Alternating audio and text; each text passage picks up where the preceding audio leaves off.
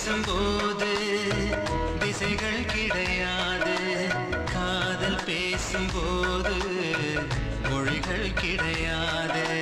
பேசும் வார்த்தை போல மௌனம் புரியாது.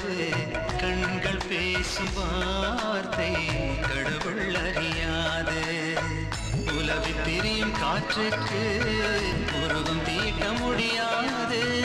காதல் பேசும் மொழியெல்லாம் சப்த கூட்டில் அடங்கா